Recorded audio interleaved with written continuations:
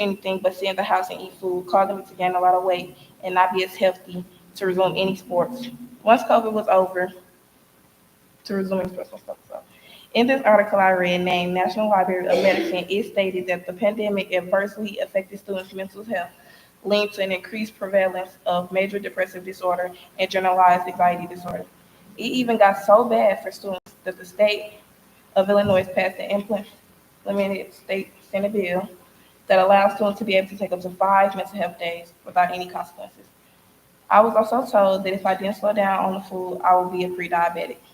According to SIDRAP.com, diabetes has gone up 62% since the start of COVID in 2019.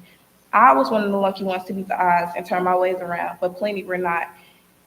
So COVID affected them way more. And though I may not be as slim as I was before COVID, baby, I still look just as good. When we were finally able to return to school, I was happy because I was finally able to learn and know what was going on and was able to pass my test and get going back to the gym and be healthier and prevent any health issues. As I previously mentioned, during e-learning, my grades took a turn for the worse. But now that I am back in school and able to learn, I have now maintained honor roll all year with a 3.5 GPA, one student of the month for my teachers, and I'm now my school's basketball manager. And it is still and is still on the road to achieve all my goals, despite being set back. I hated e-learning and how it made me lose my love for school. I personally love being in class in which an educator is hovering over me, making sure I exceed my goals and is pushing me to my max, which through e-learning they were not able to do. A way to bridge the gap among students is to get them more involved in the schoolwork and in class instead of just handing them work. Educators can make learning more active and hands-on, making students eager to learn after having to do e-learning for years. Now that we are able to go back to school, I am more encouraged and motivated to succeed. I hit the ground running when I go to school, happy to see what new knowledge I will be able to bring home. I do also want to take the time to recognize the ones who helped me get through the difficult times and push me to strive and be the best I can be. And that is my brother Kamorian, my auntie Lamondra, my mom Anicia, and my uncle Richard. Thank you guys for helping me realize that when COVID hit, life was not over and was just a setback on many achievements I am soon to achieve by any means necessary. And that is all I have for you guys today.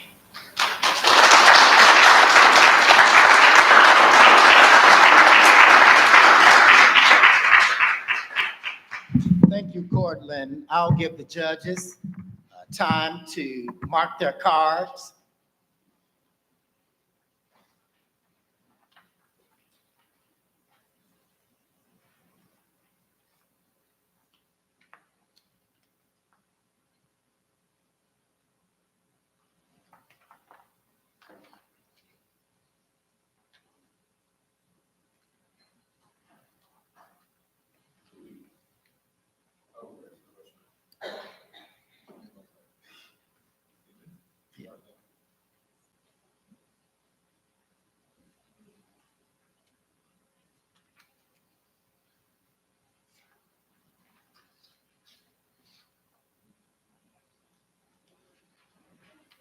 Are the judges finished marking?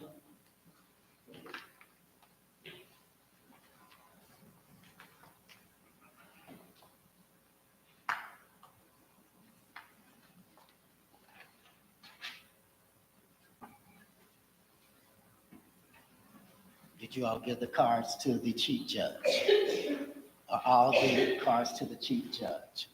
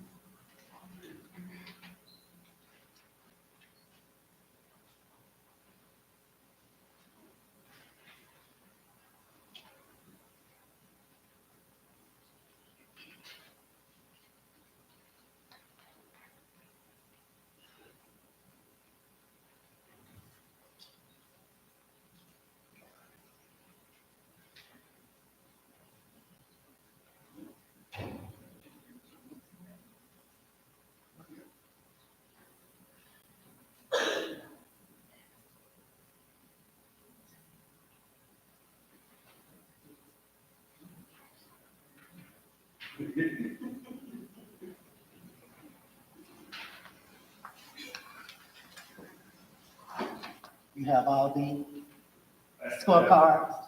I have 3 or 4 in my own, so I have 4 or 5.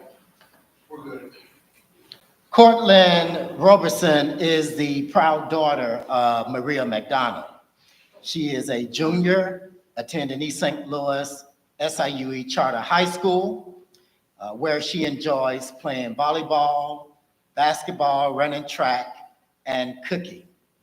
She shared that her favorite meal to cook is fried chicken and baked potato. She is also a member of the Upward Bound program. She has been documented as Student of the Month several times and is an honor roll student. After high school, she plans to attend Louisiana State University and major in elementary education. She wants to become a teacher. She stated that she loves children and she enjoys helping other children. Her motto in life, you only live once, so make the best of it while you're here. Let's hear another round of applause for Cortland Roberson.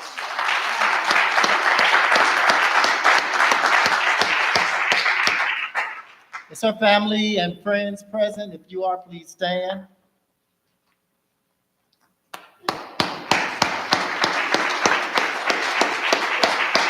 Thank you. The second speaker is Autumn Robin Iman Carey.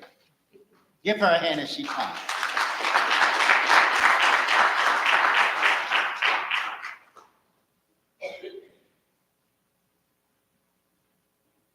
Hey girl, did you hear?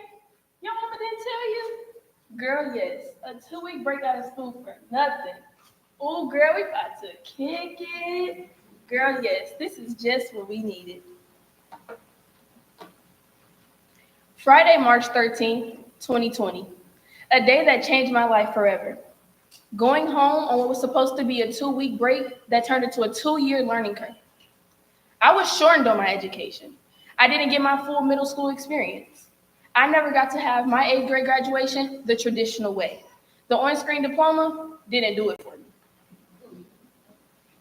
The world changed into something we thought we would never experience, a pandemic called COVID-19. COVID-19 restricted my learning.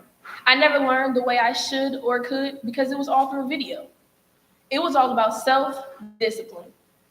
I had no one to help me hands-on to learn the things I needed to learn in preparation for high school. I watched my teacher through a Chromebook that may not have always worked. And if I had issues with the connection, there was no going back and asking for help because the meet had ended. We had to deal with the embarrassment of feeling like it was our fault that we didn't understand what we were being taught. We didn't want to ask a question through Google Meet because we didn't know everyone in there. So we'd rather sit and suffer in silence. Going into the next school year was a challenge. Our teachers expected us to know things that we truly didn't learn on a Google Meet.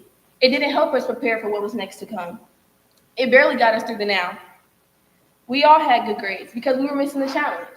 We could easily look up how to do what it was we were doing because it was easier for us to ask for help from a teacher. COVID was a horrific experience for everyone, but it was especially terrible to the kids that were in school. Online learning was a terrible thing that no one should ever have to experience for a long amount of time. COVID-19 really put a lot of people into struggling mode, where they shut down physically, mentally, and socially, and which really stopped us from being able to contain knowledge. When it came to school, I think for a lot of us, it was just about getting through another virtual day and being able to pass the class that you were in. I know for me, math was a really hard topic because it's not my strong suit. And I am a holistic learner, which means I need visual and hands-on examples. When it comes to math and during COVID, it just became harder to do because when your Chromebook shuts down or your teacher begins to glitch or she assumes you caught on to her sample problem, it just becomes bad. But it was also a confidence thing. I didn't want to seem behind or slow because I wasn't catching on to what was being taught. But after a while, you do realize it wasn't just a you thing. It was an everyone thing. If I could go back and change things, I would. So, I had a dream, very similar to Dr. Martin Luther King. I had a dream that one day all little black boys and little black girls had a life that was different. I had a dream that we never experienced COVID-19, never heard about it, that there was never a gap in education. We all learned the way we should, with the usual teen complications and drama, and we were able to learn the way we needed to learn and wanted to learn. But when that dream ended, I snapped back into solution mode, to the reality that there will forever be a gap in education until someone takes a chance on us and gives us the time we need to catch up. Help us to feel safe and comfortable to learn in a way we learn, whether that's visual, verbal, or holistic. We should be able to feel comfortable to go back and learn things that we missed out on, no matter the grade, no matter the age, no matter the city. We should have programs and people that make us feel comfortable and safe. Provide us the resources we need to understand what we're being taught in school, not just for the moment, but so that it sticks with us when it comes time to taking a test or doing homework. The program will be a great help to all kids. It shouldn't matter if you graduated or not. It's never too late to go back and perfect what you thought you already knew. Because the more you practice, the more you learn, the more you see. Education is deeper than books, deeper than a teacher teaching a lesson. Education is what we make it.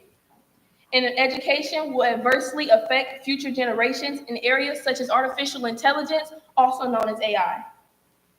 It can simply generate a response to how we should be learning. But within the next few years, AI will take over if we never take the time to truly try and learn what we missed during COVID-19. COVID-19 was a traumatic experience with terrible outcomes, but we do not have to have a horrific future. It will never be forgotten, but it's up to us to teach future generations about what we went through and how you don't have to be afraid. It's up to us to show them that if you want something done, you have to be a part of the solution to getting it done and not the problem of why it never got done. But then again, this is our hope. When we make it happen? Thank you.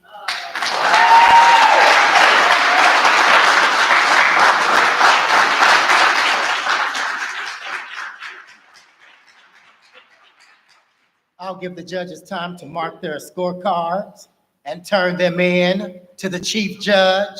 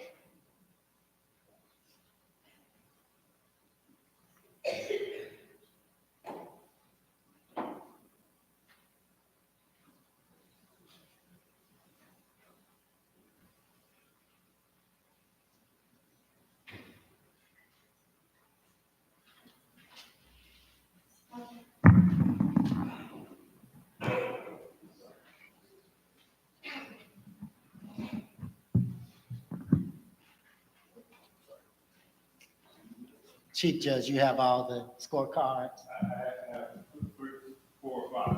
Okay, we'll wait for that one person.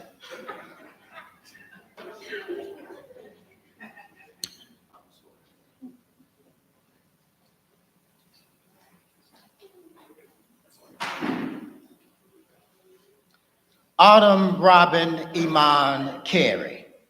She is the proud daughter of Augustus and Ashley. Well, she's the proud daughter of Augustus Carey and Mrs. Ashley Carey. Okay, wait a minute. I got the mic. She's the proud daughter of Augustus Cotton and Miss Ashley Carey Cotton. How about that? She is a junior attending Belleville East Township High School. where she maintains a 3.4 grade point average. She's also a member of the St. Augustine of Hippo Catholic Church, where she is the secretary of the youth group. Her extracurricular activities are playing varsity football cheerlead. She's a varsity cheerleader for the football team. She's in the Spanish club, the manager of the track and field team, and her community involvements. Out of all of that, she's the president of the East St. Louis NAACP Youth Branch. She's a member of Top Teens of America and Delta Gems. Some of her awards: Best Athlete, Best Dancer, Highest Academic Achiever in cheerleading, Honor Roll 4 out of 5 semesters. Life after high school, she plans to attend a 4-year university and major in forensic psychology. Ash Autumn's career goal is to become a forensic psychologist and a funeral director. Her motto: people cry not because they are weak, but because they've been strong for too long. Again, Autumn, Robin, Iman, Carey.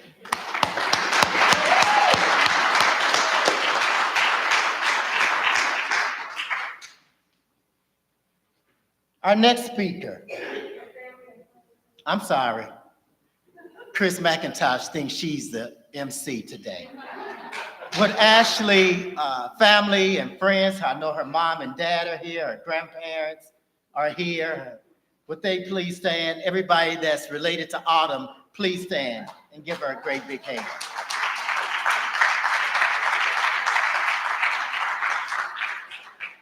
Thank you. Our next speaker is Montiel Harper Jr. Montiel.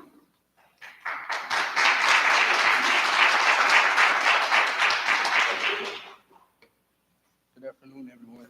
My name is Montiel Harper Jr. I just want to say thank you to everyone for letting me speak on my behalf of how COVID affected me.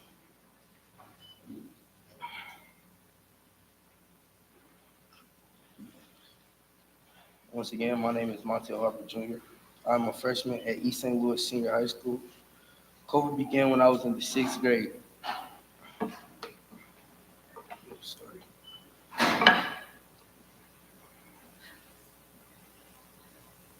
COVID began when I was in the 6th grade. Never in my entire life did I think a virus like COVID would affect me. Would have such, sorry.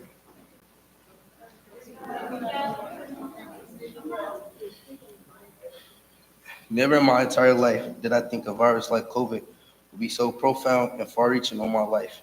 It affected me mentally, physically, and emotionally. Initially, the fear I had surrounding the virus caused a massive shift in my daily routines and priorities. I was unable to play sports or do any other activities, but most importantly, I was unable to go to school and learn. I was unable to have any social interactions. When school stopped due to the virus and schools announced we'd be doing virtual learning, I thought it would be the best thing ever, but I didn't know it would make my learning experience more complicated. If I didn't understand what was being taught, it wasn't like I could just raise my hand and ask for help. Also, Chromebooks will malfunction all the time. Now you've missed out on an entire lesson, and missing out on the lessons wasn't beneficial at all because I'd get so behind and I was always playing catch up. I started to say, man, I wish I could go back to school. This would be less frustrating.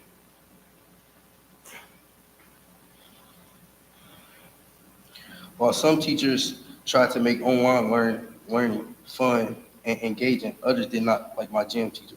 She required us to write papers about how certain muscles work, and that was the time I looked forward to getting up and being active.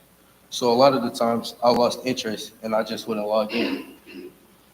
Also, my parents were considered essential workers, and there were times I had to help my little sister. She was in kindergarten, so she struggled trying to navigate the Chromebook while also trying to learn how to read. But a lot of things in my life, I learned to adapt and move on because it just became normal to me. Then in April of 2021, my dad got COVID, and it was bad. He was in the hospital for almost an entire month. This weighed on me, not knowing if my dad would make it, because I had seen many people dying from the disease. One of my closest friends lost his dad, and seeing how devastated and distraught he was caused me to have a ton of anxiety. Seeing my mother trying to continue to take care of the household while my dad was down and continuing to help me, my little brother, and my little sister with homework on Chromebooks really motivated me to log on every day to class and stay focused. Eventually, schools started to open back up and we were able to go back. But returning to school wasn't easy either. Conversations were difficult, classes were more challenging, and wearing a mask all day added to the discomfort. And sometimes during tests, I'd get lost and felt as if I were entirely grade level behind. I even realized my sister was a grade level behind as well, and she struggled to read. But that made me want to work harder and get better. So I started to get into different tutoring programs, and I asked my teacher, what should I do to improve in this subject or that subject? I eventually started to see progress in the subjects I was struggling in. Now I have a 3.4 GPA. I'm on track to join the Head Start program in my school, which will allow me to graduate with my high school diploma and associate's degree. I also want to say I wouldn't be in this position I'm in today, and none of this would be possible if it wasn't for God. And again, my name is Monty Harper Jr., and I feel this is how COVID has affected me in my education. Thank you.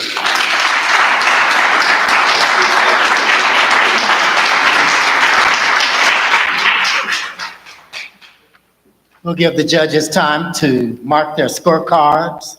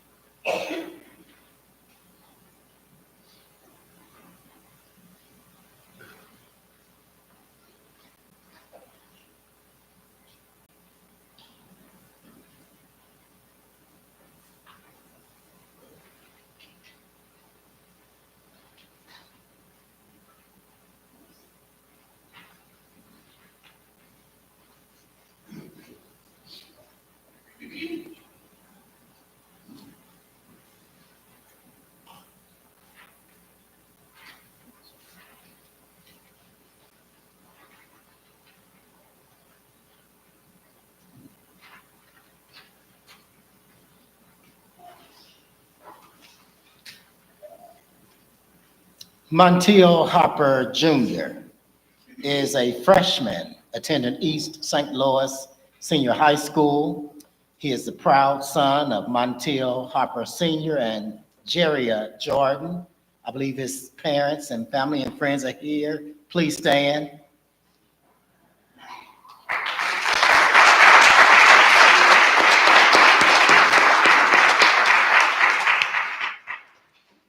Montiel is also a member of the Church of God in Christ Congregational 918 Bond, where he is an active and faithful member. He enjoys baseball, football, and Spanish. He volunteers often at the View Banquet Hall here in East St. Louis. He's been #1 in the spelling bee contest. He enjoys football. He has medals for football, and he enjoys baseball and has trophies and plaques for baseball as well. One thing that he really enjoys doing is helping his mom. He's a mom's boy. So he enjoys helping his mom and helping his little sister.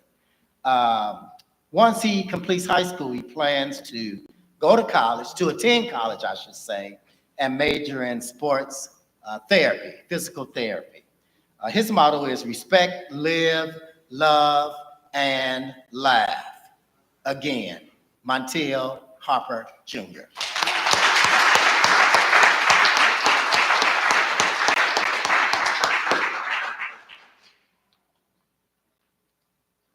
And the final speaker for today is coming to, is that his family out there, Holland? The little baby? The final speaker for today is Darius Warren. Would you receive him?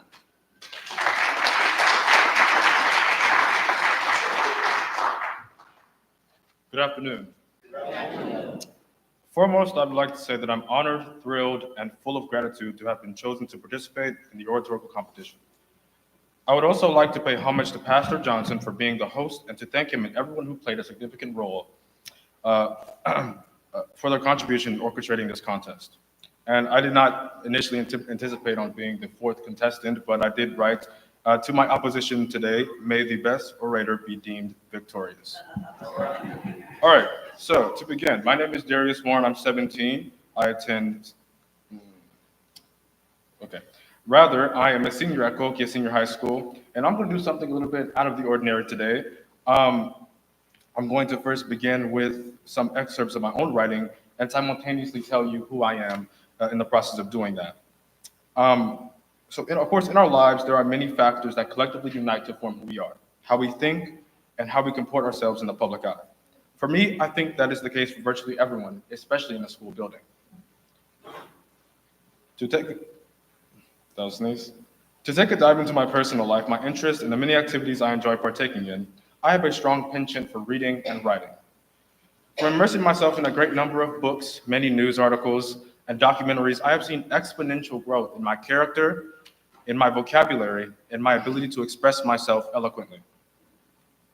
I find myself enjoying intellectual debate and conversing with people who harbor a different belief set that differs from the majority, conversing with people who harbor a belief set that differs from the majority and conventional wisdom.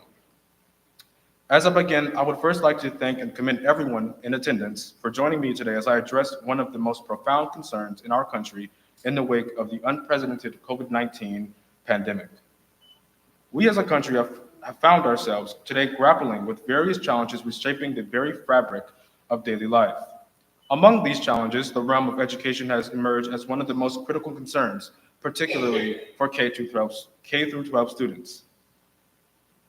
As schools were closed, then transitioned to remote learning in an attempt to curb the spread of COVID-19, our system became severely and potentially fragmented. Your children, my peers, and I were cast into an unstable environment, unfit for adequate learning, even for the most adept students. The naive feeling of excitement from what seemed like an extended spring break quickly turned into uncertainty and isolation. Students struggled with many challenges that they were forced to accept and adapt to. When school announced the transition to online learning, students were expected to focus in their homes, a place where they had previously enjoyed as a break and an oasis from stress that they incurred from school. The lines between comfort and stress became blurred in a place that was supposed to be comforting and serene, leading to rapid increases in depression and anxiety levels.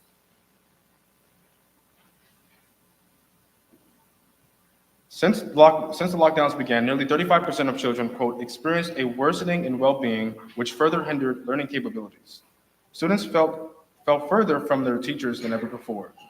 The effects from being so detached from traditional forms and centers of learning are even more present for those requiring special learning services, those living in abject poverty, and individuals who are not native English speakers. Many students resorted to cheating to pass classes, whether it be as a last resort or failing classes due to the many reasons I've already discussed, or because cheating became easier due to remote learning. One study found that, quote, 81% of students believe that cheating occurred more frequently online than in person. This new wave of cheating resulted in less learning comprehension and decline in academic motivation. When schools resumed in-person learning, the lack of comprehension and motivation caused another sharp decrease in test scores and grades. It became abundantly clear to teachers that students were behind. Teachers were forced to slow down or even completely recover topics that were supposed to have been taught to students in the years prior, causing the curriculum in schools to fall behind on standards. So the question does arise, how do we bridge the gap among students that have suffered a loss in education due to the COVID-19 pandemic? To answer that question, I think that it is crucial that we acknowledge that the gap did not start with the outbreak of the COVID-19 pandemic. The only thing that the COVID-19 outbreak did in the United States was shine a light upon the underlying rut in our educational system and how it has been left unkept for a long time. In recent years, schools in the United States have struggled to retain teachers, social workers, and other important staff members for the following year. An immediate result of this is that teachers were left it's Sunday, are left discontent with the way in which schools are run and how much they are paid. Instead of trying to close the widening gap, there should be an initiative to obliterate and rebuild the bridge altogether. It is vital to recognize the resilience demonstrated by our younger generations in the face of unprecedented challenges. The tumultuous path from school closures to the abrupt transition to distance education has exposed the fragility of our education system. We have witnessed the toll this has taken on students' mental health well-being and the alarming rise of educational disparities. The difficulties faced by those in need of special learning services, students living in poverty, and non-native English speakers underscore the urgency of addressing the systematic issues that have emerged during this crisis. The unfortunate rise of cheating as a coping mechanism reflects the desperation of students navigating an unfamiliar educational landscape. As we move forward, I think that it is imperative that we learn from these challenges and work collectively to rebuild an educational foundation that is resilient, inclusive, and receptive to the diverse needs of our students. May this period be an opportunity to learn and be a catalyst for positive change, fostering a renewed commitment to an equitable education that prepares students for the future with adaptability, resilience, and a sense of collective responsibility. We can emerge from this transformative moment with a strengthened resolution to prioritize the well-being and education of our K-12 students. And as I said from the beginning, I believe I did, I will end with an excerpt from my writing. I cannot speak today. Life is full of turbulent and unpredictable circumstances that each person who lives is subjected to. Lessons and experiences that are unfavorable will be at each corner. There is only one component of life that must not be neglected, but carefully tended to, and that is personal responsibility. Inevitably, the person who can prosper is the one that acknowledges that they must commit themselves to whatever it may be that they would like to accomplish. The only thing that we sincerely have control over is our willingness to work in order to attain something of value. And that is all that I have for today. Thank you.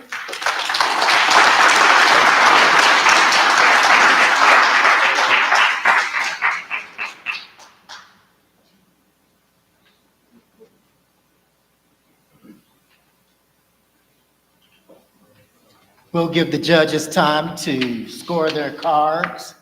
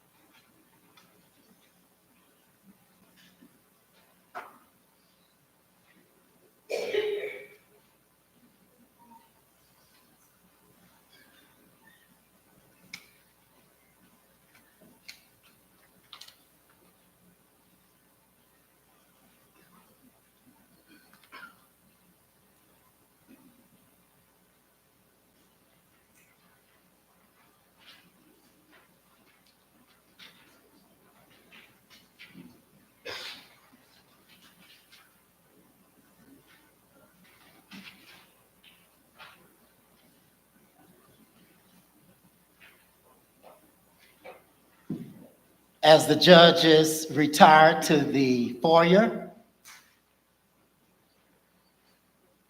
along with the timer,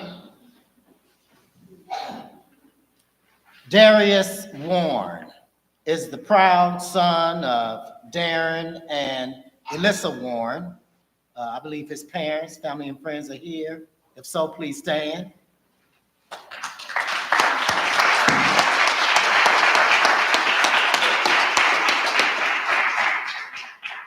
Darius is a senior attending Cahokia Senior High School, where he maintains a 3.9 grade point average.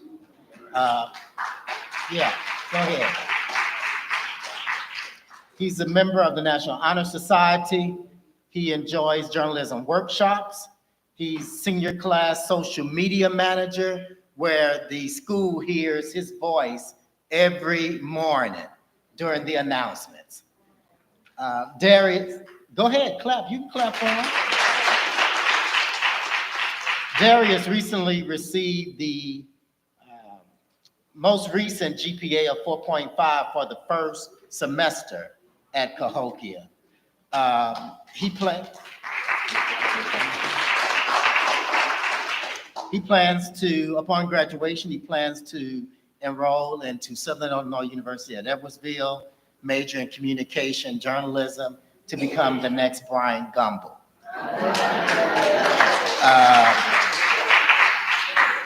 Darius has a motto, and it's an original. It says, "Joy merely leads to sorrow. You must be cognizant of reality and anticipate adversity." That's an original quote. I may have to use that one. Let's give Darius Warren another great big hand.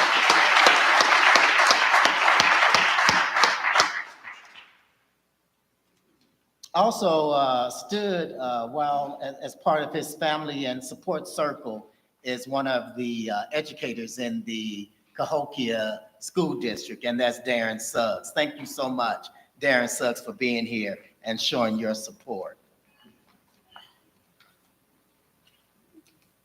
This year's program, Dr. King once stated that life's most persistent and urgent question is, what are you doing for others? There are two individuals that we would like to recognize who exemplifies Dr. King's work and character. They have provided exemplary service in their chosen field and have made an indelible impact on the local, regional, and our national level that has shown a commitment to personal growth and to the value of people. In addition to these awardees, they have made a profound difference through dedication and service to the citizenry of East St. Louis and the greater community. Pamela Means is an accomplished attorney who rose to the ranks of being elected the second East St. Louisan to serve as the president of the National Bar Association, which is the oldest and largest organization of predominantly African-American legal professionals, attorneys, and judges. The organization boasts a membership of more than 65,000 members. She is preceded by Judge Billy Jones in that role as national president. As a skilled litigator, Means knows when to take a case to trial. Over her law career, she has been committed to serving the voiceless with quality legal representation. She has numerous awards and honors, too many to name. Would you receive the Dr. Martin Luther King Jr. Humanitarian Awardee, Pamela Means, Esquire.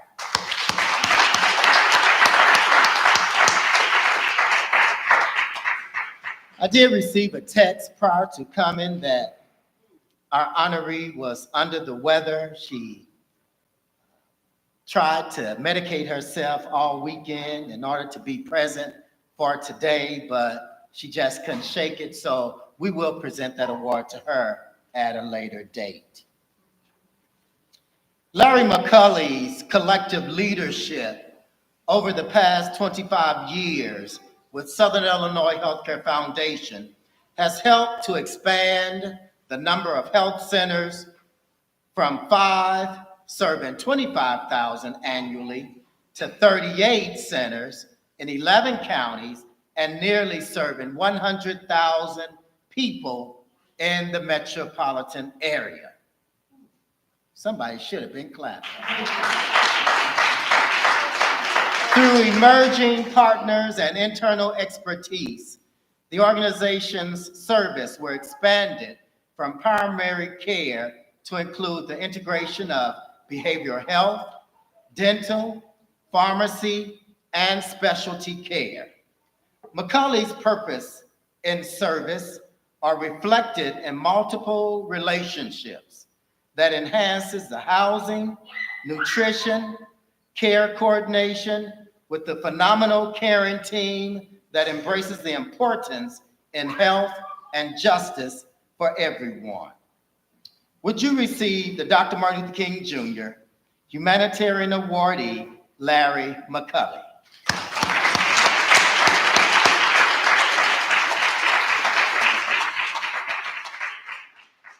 And I'm going to ask that the board president, along with the chapter president, please come.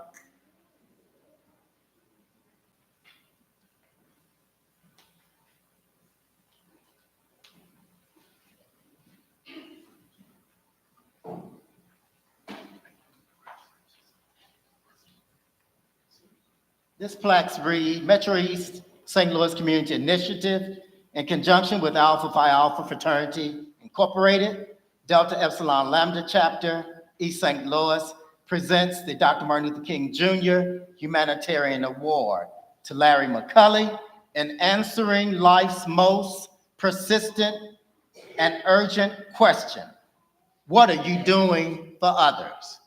Your indelible impact in the area of healthcare has shown a commitment to personal and professional growth and to the value of people. Presented this 25th day of February, 2024 at the Judge Ora Polk Oratorical Contest with the signatures of Reginald Riddle Young, Brother Marcus G. Merritt, 20th Chapter President, and Brother Wilfred Lee, Metro East St. Louis Community Initiative Board President.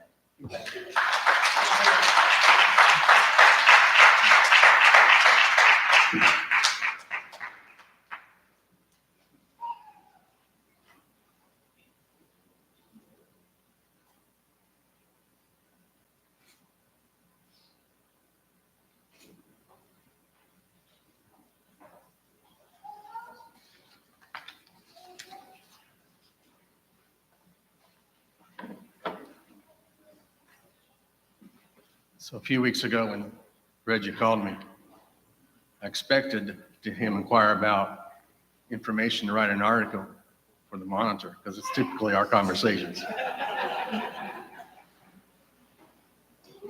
Beyond humbled, grateful to even be considered for such an award. I still don't know what all I've done to consider the recipient of this, but I know it does energize me to do even more. I had anticipated coming today to share you a little bit about what we were doing in our community. But this last week has left a little bit of a heavy heart. Up in Ferguson, a mom killed herself and her 4 children. Last Friday, we lost 2 more children here in Kahuku Heights. Just under 2.5 years ago, we lost 5 children here in East St. Louis. This is something we have to talk about. It's something we have to act on. Because there's something that's so profound. It's the complexity of poverty on communities of color, communities that's been left behind, people who've been left without voice. When you look at these families, we lost our future. We lost voices that helped lead us in our communities. Nelson Mandela stated, "Overcoming poverty is not the task of charity, but for justice. Justice for safe, affordable housing. Justice for potable water. Justice for the best education for our children. Justice for equal access to healthcare, affordable healthcare. Healthcare that delivers equity and outcomes. Justice within our judicial and legal system. justice, and accountability across our government at all levels. Poverty is a very complex situation, and its negative impact on communities not only needs to be spoken about, but must be addressed. We have a responsibility to each other to fight this. And this award today is beyond appreciative. But I would really love to sit down with the men of Alpha Phi Alpha, the Delta Epsilon Landmark chapter, Robin Boyd, the NAACP, to collect our voices, to collect our energy, and change the policies, change the focus of this country, to make poverty, discourage poverty, eliminated from our society. Thank you to all of you, and God bless.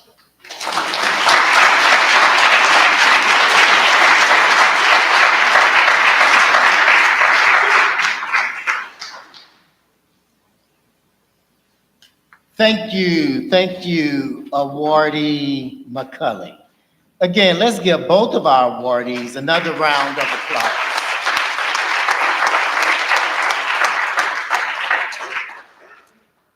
At this time, we will be favored with another musical selection from Pasha Perkins.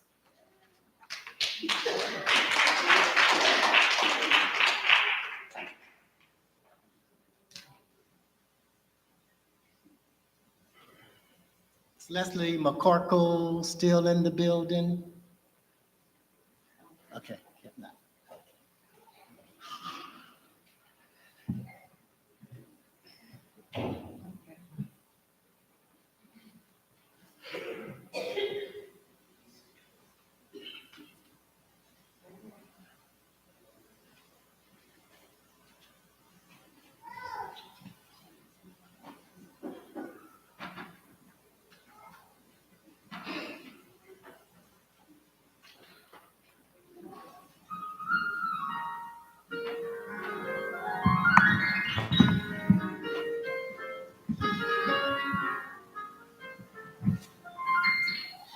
Change me, oh God, make me more like you. Change me, oh God, wash me through and through. Create in me a clean heart, so that I may worship you. Change me, oh God, make me more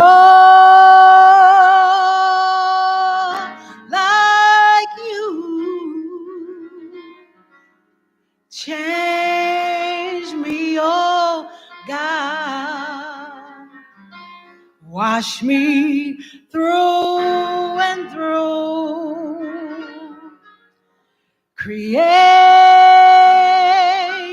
in me a clean heart, so that I may worship you. I need you to change me. Come on, y'all. I need you to change me. No one like you, Lord, change me. I need you to change me. I need you to change me. Come on, y'all. I need you to change me. No one but you, Lord, change me. I need you to change me. A wonderful change has come over me.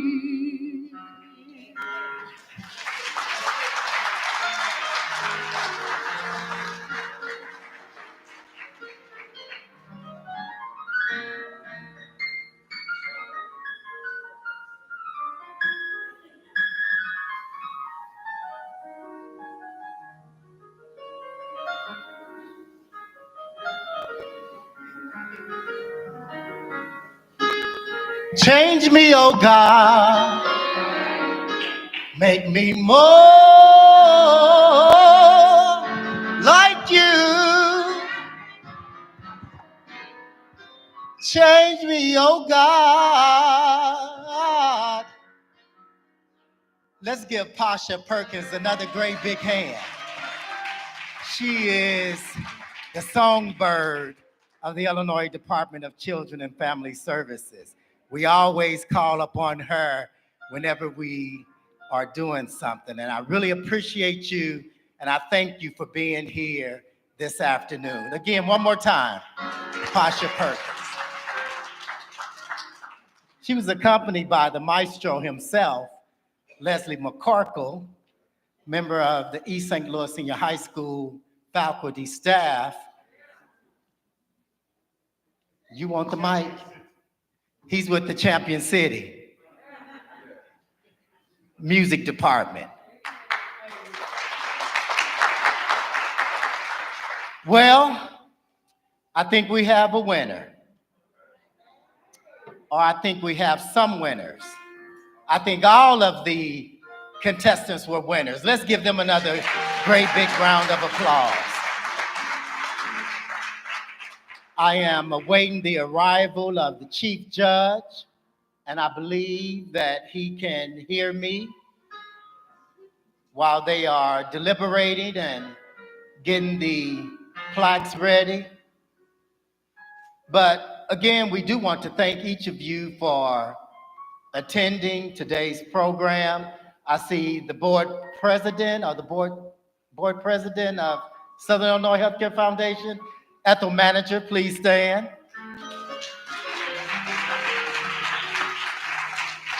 And I see other members of Touche Regional Hospital and Southern that came with Mr. McCulley. If you all will stand too. I believe that's his wife.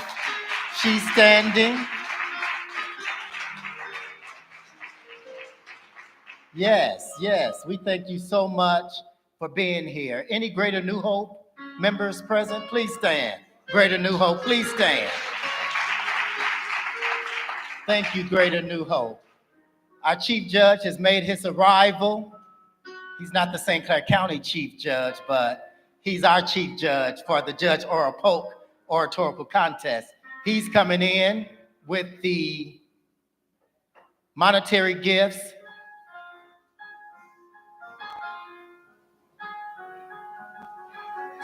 And I will give you the Chief Judge, Carlos Dunlap Beard.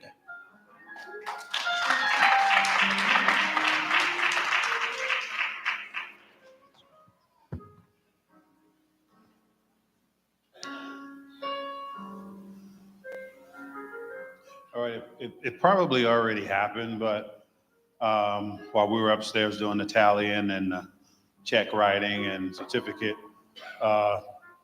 documentation and everything else. But these four young people were just outstanding.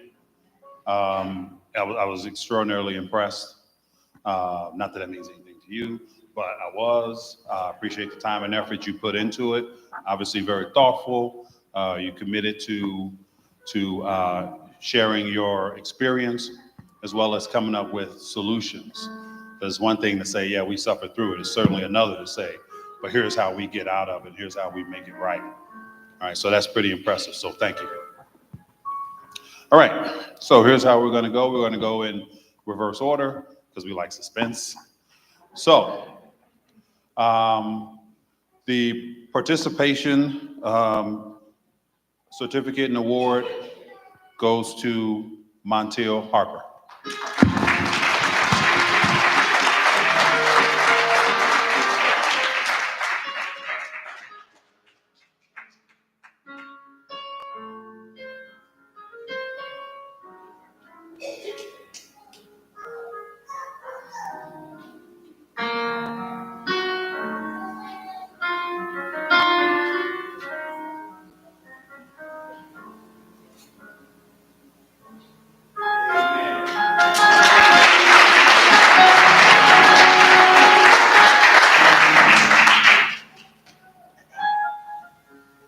And, oh, we can use this.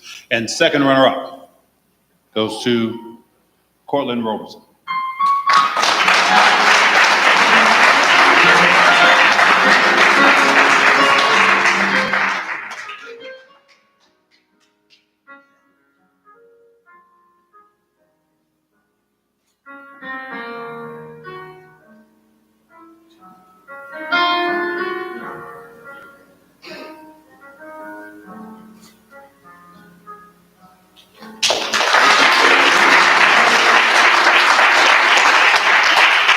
Okay. And first runner-up goes to Darius Warren.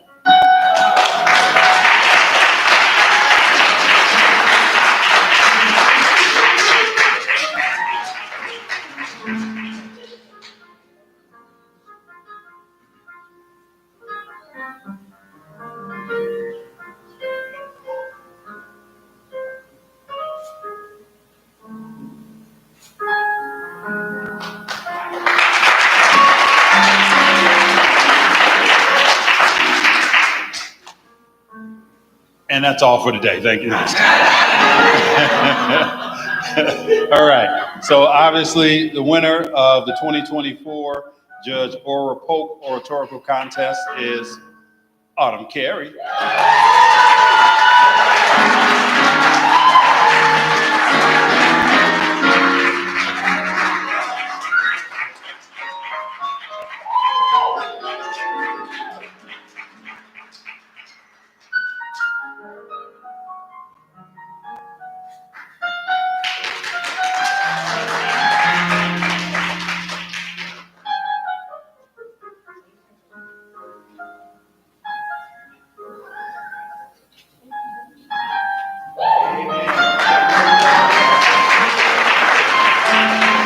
But seriously, congratulations to you all. Outstanding.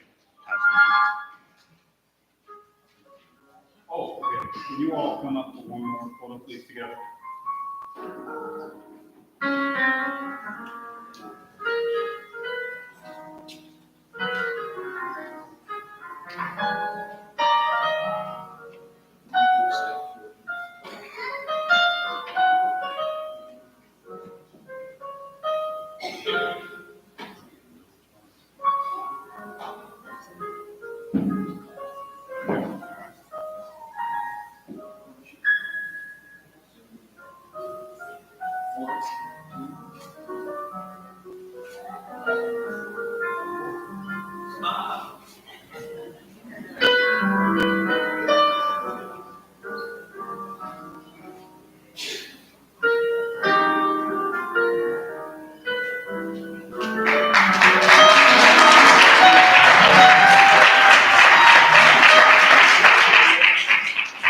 Come on, one more time for all of our contestants. So next year is going to be even better because Autumn will be a senior, Montiel will be a sophomore, and Cortland will be a senior. So we expect to see all three of you all next year. Okay? Again, one more time for all the contestants.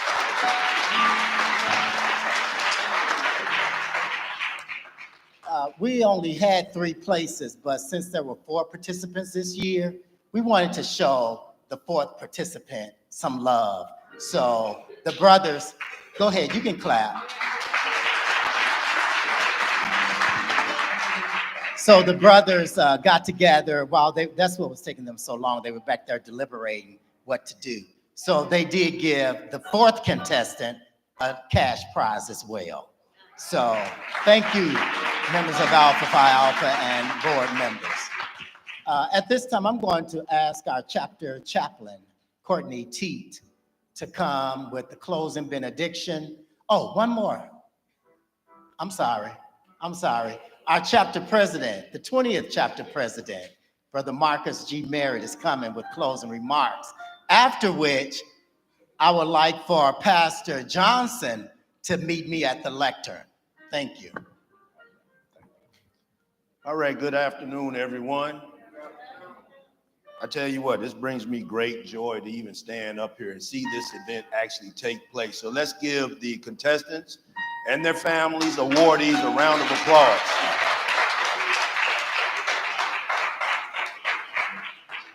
So when we look back and we think about the content that these young men and women shared, not only did it affect them educationally, first of all, as a grandfather and a father, I was able to see it with my children and my grandchildren and so forth. But it just brought clarity to what we thought anyway. And we can only imagine how difficult that was. But it also affected our programming. So we weren't able to have these types of events during that time of COVID. So I got a few thank yous, okay? And I'm going to keep my comments brief, but I'm not sure where Pastor Johnson is right now. I'd like to thank you for allowing us to use your facility. Give him a round of applause.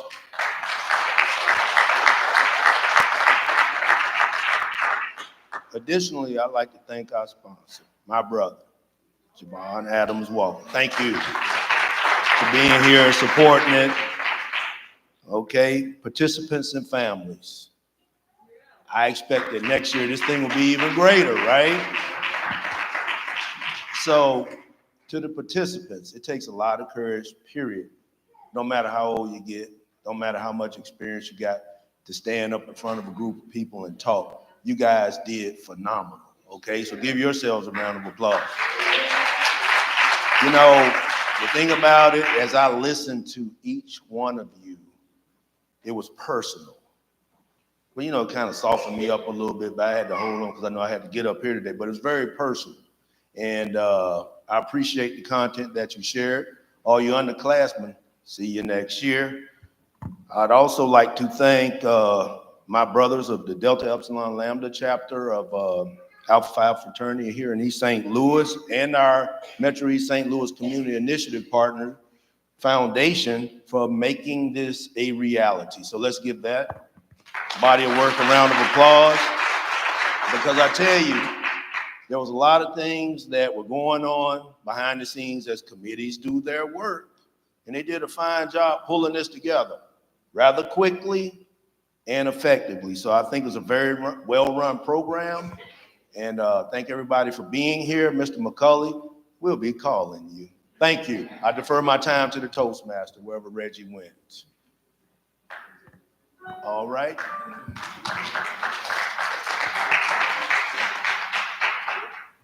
Thank you, President Merritt.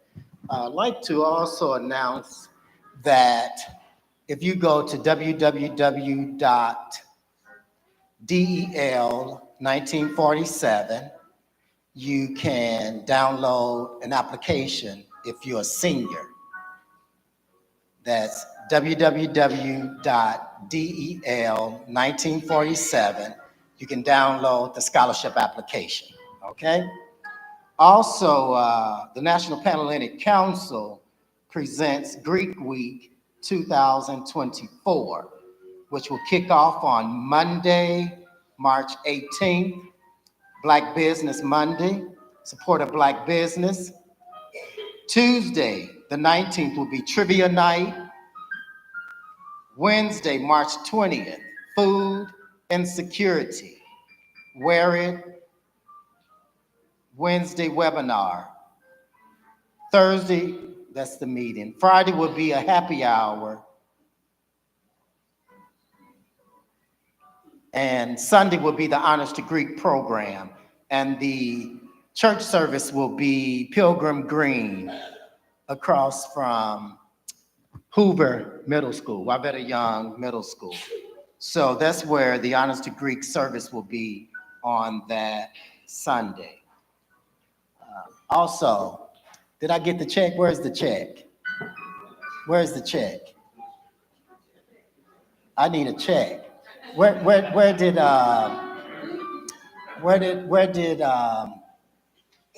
Lee go? Okay, we have a check presentation that we want to present to you, Pastor Johnson. So soon as I get off this mic and go out to the car and find him, I'll get a check to show you just how much we thank you and appreciate you for allowing us here. So we won't leave until we give you that check. And we want you all to join us downstairs. Do you have the check? Okay, come on.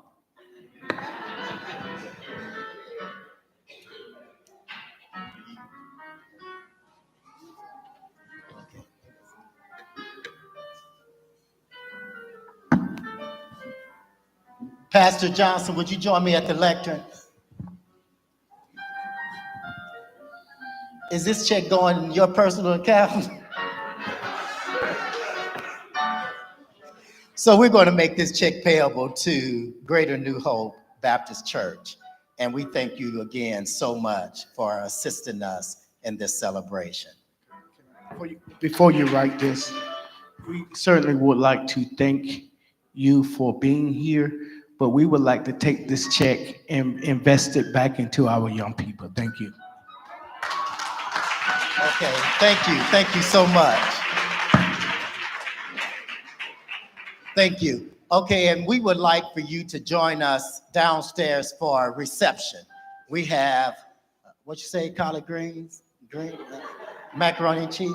Well, I'm not going to say what we have, but we have something downstairs for you just to give you a little something on your stomach before you leave. So Brother Teed is coming at this time with the benediction, and we will recess to the lower level. Let's give him a hand as he comes.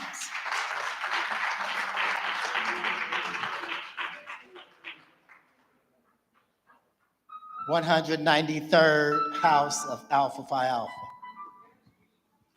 Excuse my dress. Unfortunately, being a mortician, my day is not regular like everybody else's, so I had to make some shifts to get here, but I'm proud to be here, and thank you to the contestants. We ask that everyone please stand.